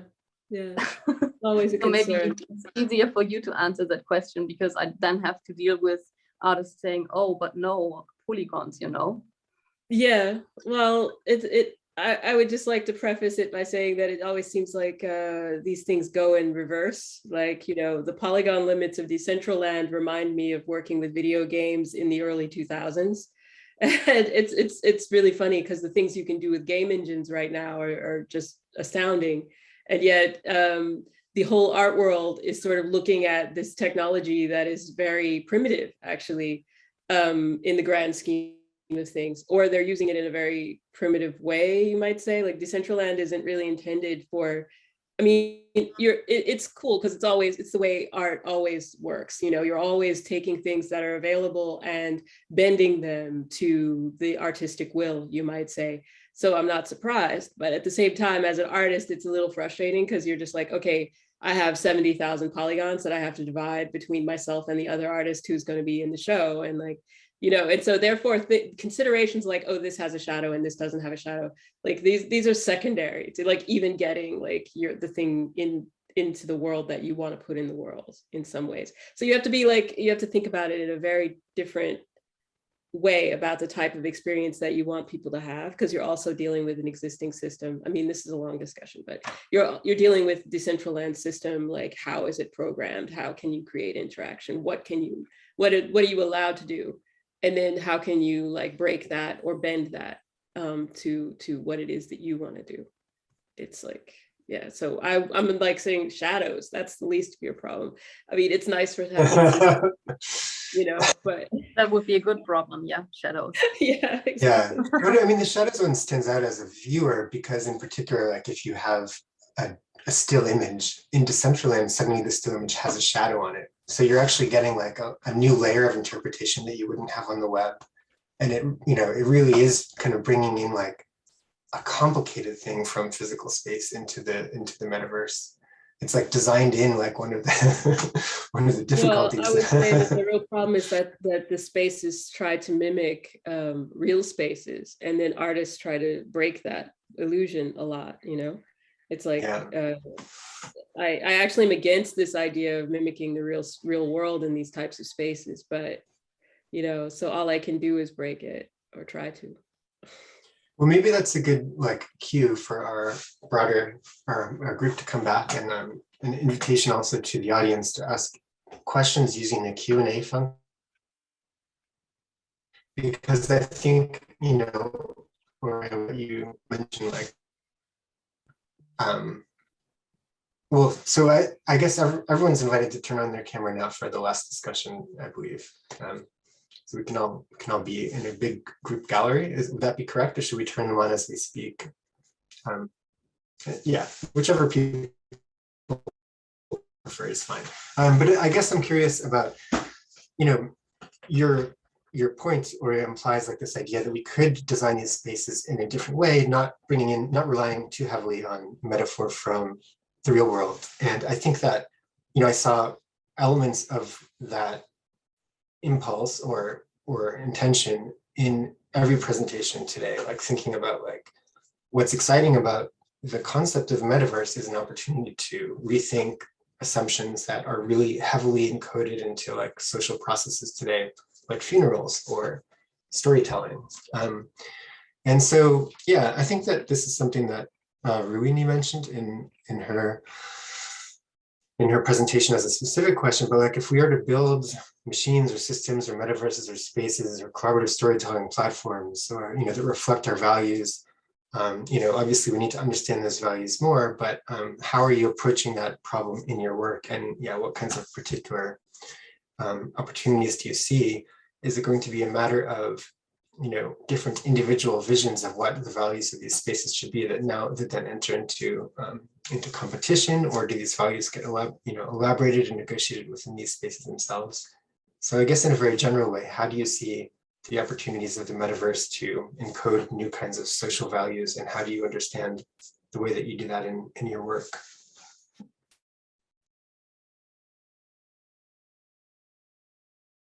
And Ruini, since this is your question, we could start with you. I kind of paraphrased it in a weird way, but it's, yeah. Sorry, the internet has been delayed for a bit, so. Oh dear, I think I did too many hand gestures. It's bad for it's fine. I might listen to others participators answer. So I already know what the question is. Yeah, the question is about how do we see, how are we rethinking existing social values or processes through the spaces that we build in the metaverse? How do we understand our own values and how do we translate them into the metaverse, into these new spaces and systems? Do we see opportunity for doing that? Maybe I'll put you on the spot, Loopntale, because I think this kind of relates to the question we started to talk about, which is like, how do you put values into a collaborative storytelling process, or really allowing the audience's values to emerge through a framework you create?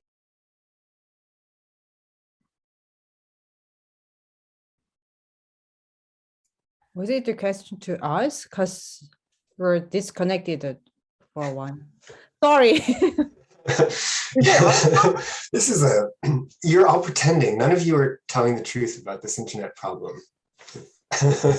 Oh, yeah, it's a connection's gone bad.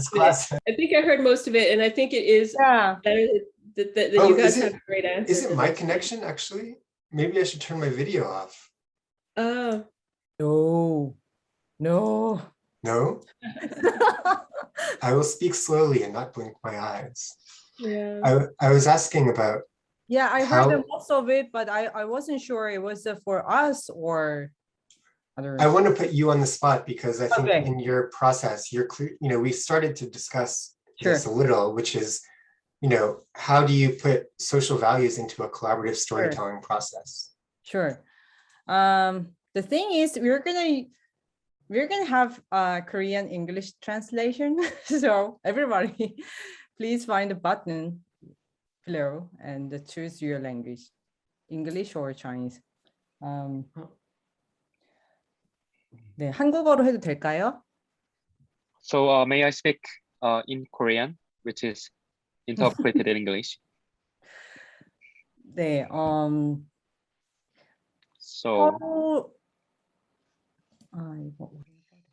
서울에서는 저희가 지금 서울에 있는데 I mean, we are based in Seoul. 집 사람한테도 인사를 안 합니다. Actually, we don't greet to our neighbors. We don't know very well with each other in offline.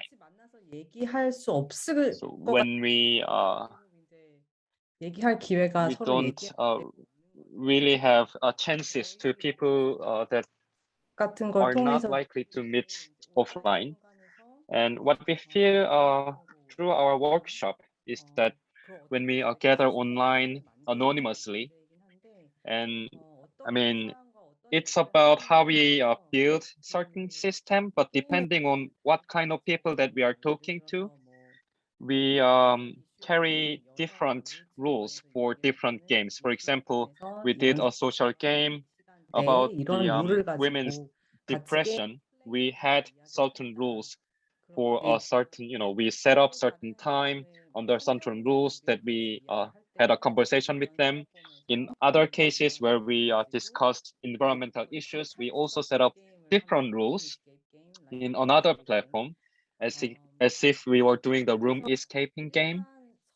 So most of all, in reality, we do things together with people whom we might not recognize in reality about who they are. Sometimes some people just come in to play the games without actually knowing that we are working on such issues or that we are the artists. People randomly came in via Twitter in the middle of the night. And in that process, as we started sharing different stories a bit by bit, these came into the different stories, small stories came into this one big body.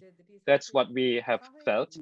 So these different little personal issues make up the bigger social issues, and they are not that very far from each other. So it's related to what kind of voices each individual makes. So it is important, we think, that to create a ground for discussions. And it's also important that just opening up that ground is not working. So we need mediators, we need translators, we need rules so that different people can actually talk about their stories, which can be a starting point of discussing the issues in reality. That's what I think.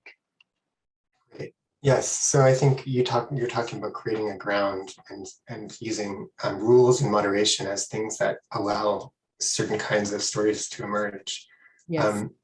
I wonder if I could direct the question now in a more particular way, which is that there's one aspect of metaverse spaces that relate to blockchain that has been of particular concern to a lot of people, which is that most of the blockchain-based platforms that we're using or that are growing in popularity, most of them are driven by a kind of financial structure where the financial ownership of something relates to being able to participate in it. There's different ways that can play out. But Ben Vickers was recently mentioning to me that he has this principle of there's no decentralization without financialization, that you actually have to financialize these spaces in different ways in order to create that kind of common cooperative practice, which is I think that's a really big sticking point for a lot of people, and I think with good reason, although it can be designed in different ways. So I wonder if people could talk about what's the relationship between is it possible to pursue these kinds of values-led artistic pursuits alongside the financialized space of something like Decentraland, which has a speculative aspect that's also driving participation in it? Do those two things coexist naturally for you? Is there a tension between them? Is that playing out in interesting ways? How do we see that relationship between decentralized participation and the financialization of digital media and platforms through the blockchain? Anika, do you have any comments on that? Yeah. I mean, the good thing is that we got offered the land in Decentraland, but the gallery standing on is, I think, worth around $200,000 US, which is quite a lot of money for some piece of digital land, I would say. And yeah, so since it's not our piece of land, we're not involved in the decision-making process because then it gets really complicated. But yeah, like you said, it's a speculative space. But that's what we're not involved with. We're simply happy that we have a place where we can, which is like a multiplayer, because when you build your own app, or Jonas Lund, for example, is right now working on a virtual world, and if you build that on your own, it's quite tricky to do it multiplayer so that more people can do it. And Thomas Webb actually could make it because it was it's 2D, so that was a bit easier, and it runs through Instagram as well. But yeah, building something in 3D, making it multiplayer, so being in Decentraland, and then you're also already connected to a lot of people who are in there. You're not building in your own world, which you need to make people aware of or get interested in or whatever. So it's good that you have people in there who might have other interests, but at least they are there, and you're not alone online in your world or on Mozilla Hubs or I don't know what. I guess that wouldn't be my answer to that question. Great. Anyone else want to jump in on that?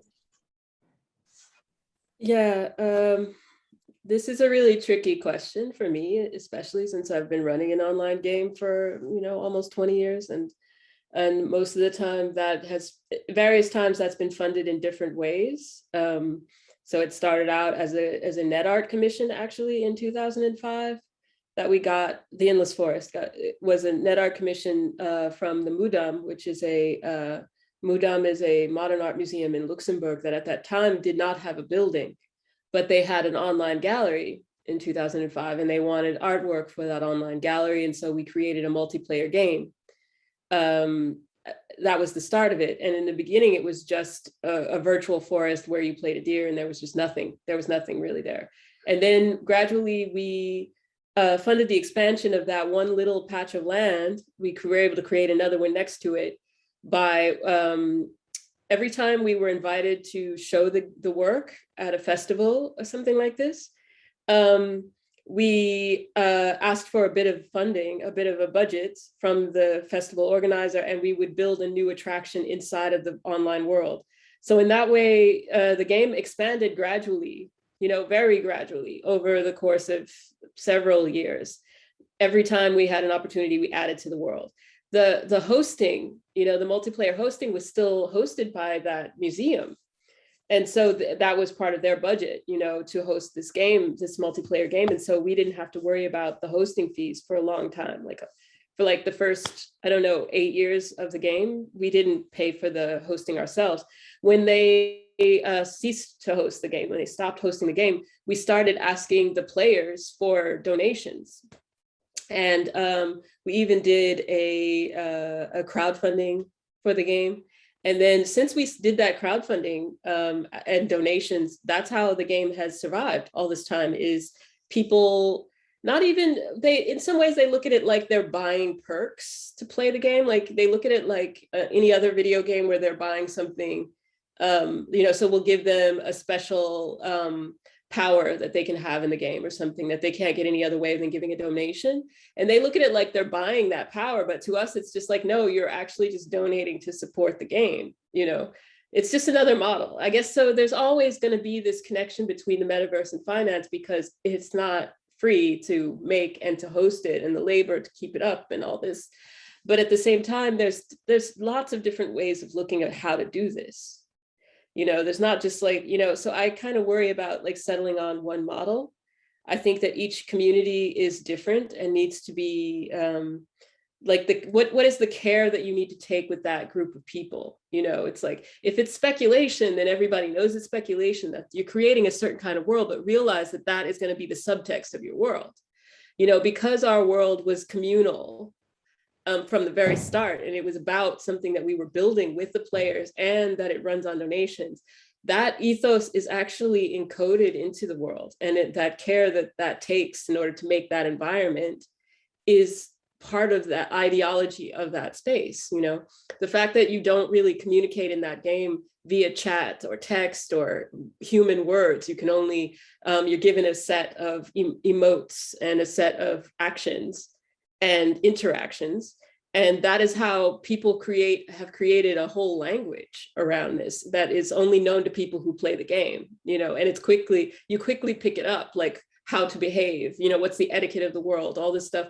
But the beautiful thing about it is you're in a world where you maybe don't understand each other, but you don't need to understand each other to understand each other. It's like you really do know what's going on at all times, and you're having fun with others, but it's not like it's in a normal way. So it's not like you can't be mean to other people, for example. It's like, but if I had to suddenly turn around and turn this into a speculative game, or make money off of this game or something, I might change those rules. I might, when someone says, why can't I have text chat in the game? I might have to put that in, all of a sudden, and that would completely change the ideology. So these things are very much tied to one another and need to be considered carefully, I think, by designers. When designing the world, you also have to design its sustainability.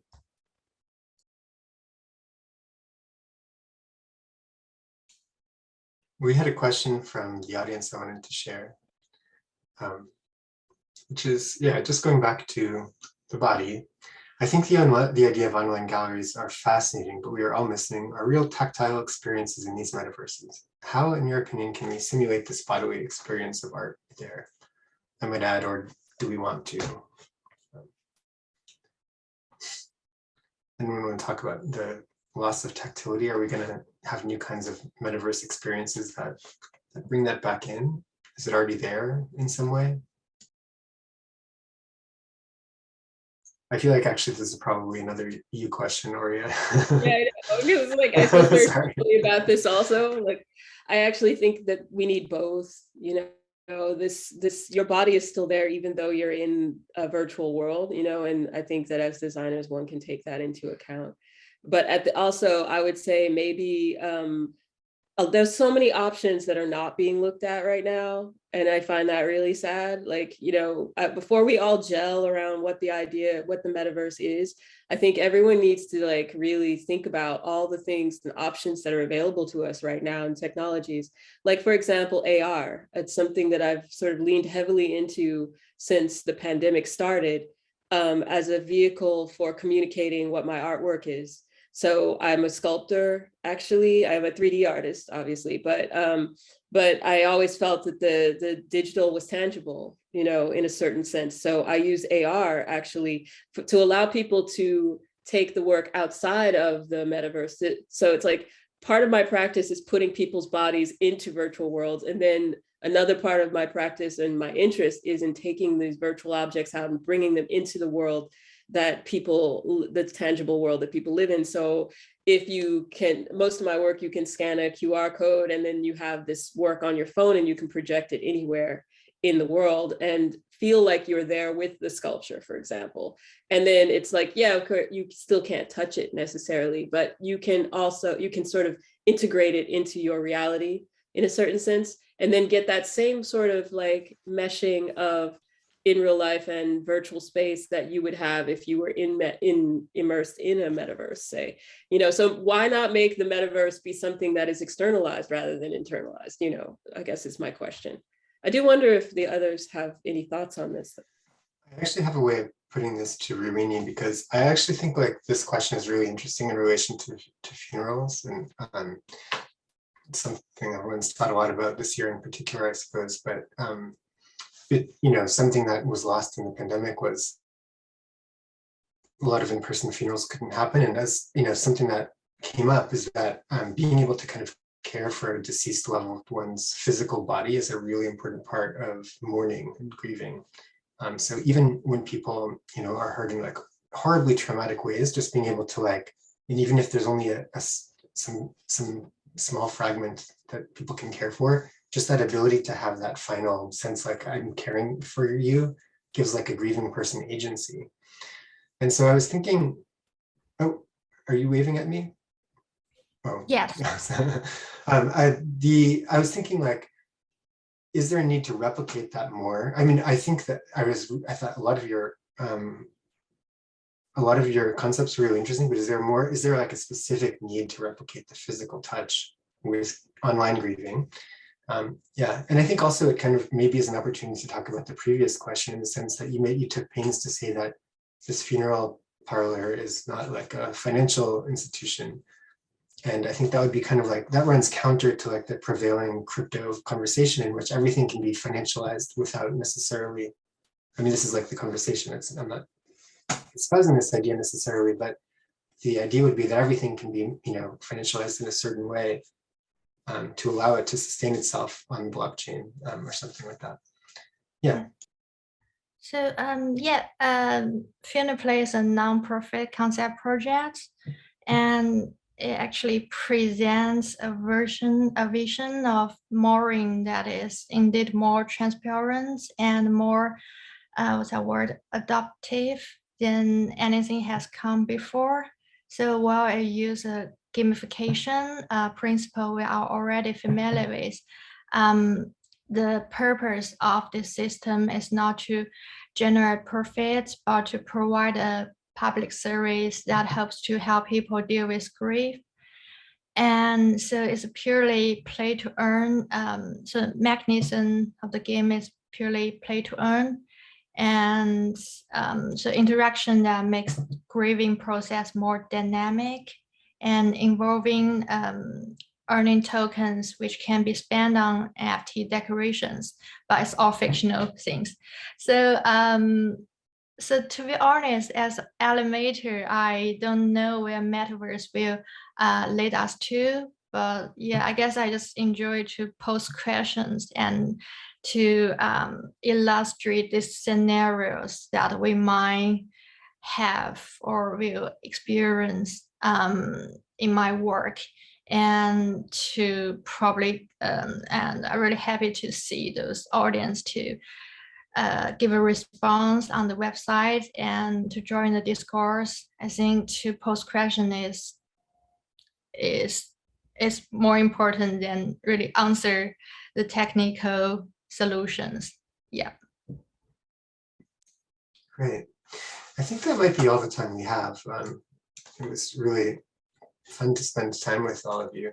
And yeah, what a great group. So I want to give a big thanks to the organizers, because this has been a really nice set of practices to hear more about on an early Sunday morning in New York City. And yeah, I think with that, we have an outro. Someone coming in to give our closing remarks. Yes, it's Melanie. Okay. Yes, thank you, everyone. Thank you, Michael. Thank you all so much for this inspiring evening. I'd like to warmly thank all the participants for sharing their thoughts tonight, and of course, our wonderful moderator, Michael Connor, for this insightful discussion. I think we are always pressed for time, and we just scratched on the surface of Metaverse. I think there have to be many more discussions to come. Well, also thanks to the audience for your interest and your questions and remarks. And yeah, with tonight's event, we've come to the end of our opening conference. You can still enjoy the online exhibition. It will be running for 2 months until December 12th. So please take your time to look at the artworks closely. I think there's a lot to discover if you go down the rabbit holes of them. And I want to use the chance as well to thank everyone involved in this project. First, of course, all of the involved panelists and moderators of this conference. So thank you so much, Yukiko Shikata, Anne-Cécile Worms, Bichin, Irini Papadimitriou, Clemens Abrich, Iris Long, Auriea Harvey, Anika Meier, Michael Connor, for bringing the topics of the exhibitions closer to us and sharing your insights. And regarding the whole project, I first and foremost want to give a huge thank to you, my co-host and initiator of the project, Director of Goethe-Institut Hong Kong, Almut Meyer-Zollitsch. And of course, a big, huge thank you to our curators, Sabine Himmelsbach and DooEun Choi. You did such a wonderful job in putting together this conference and the exhibition. We cannot thank you enough. Also, I have to mention and thank the nominators that suggested the artists for this exhibition.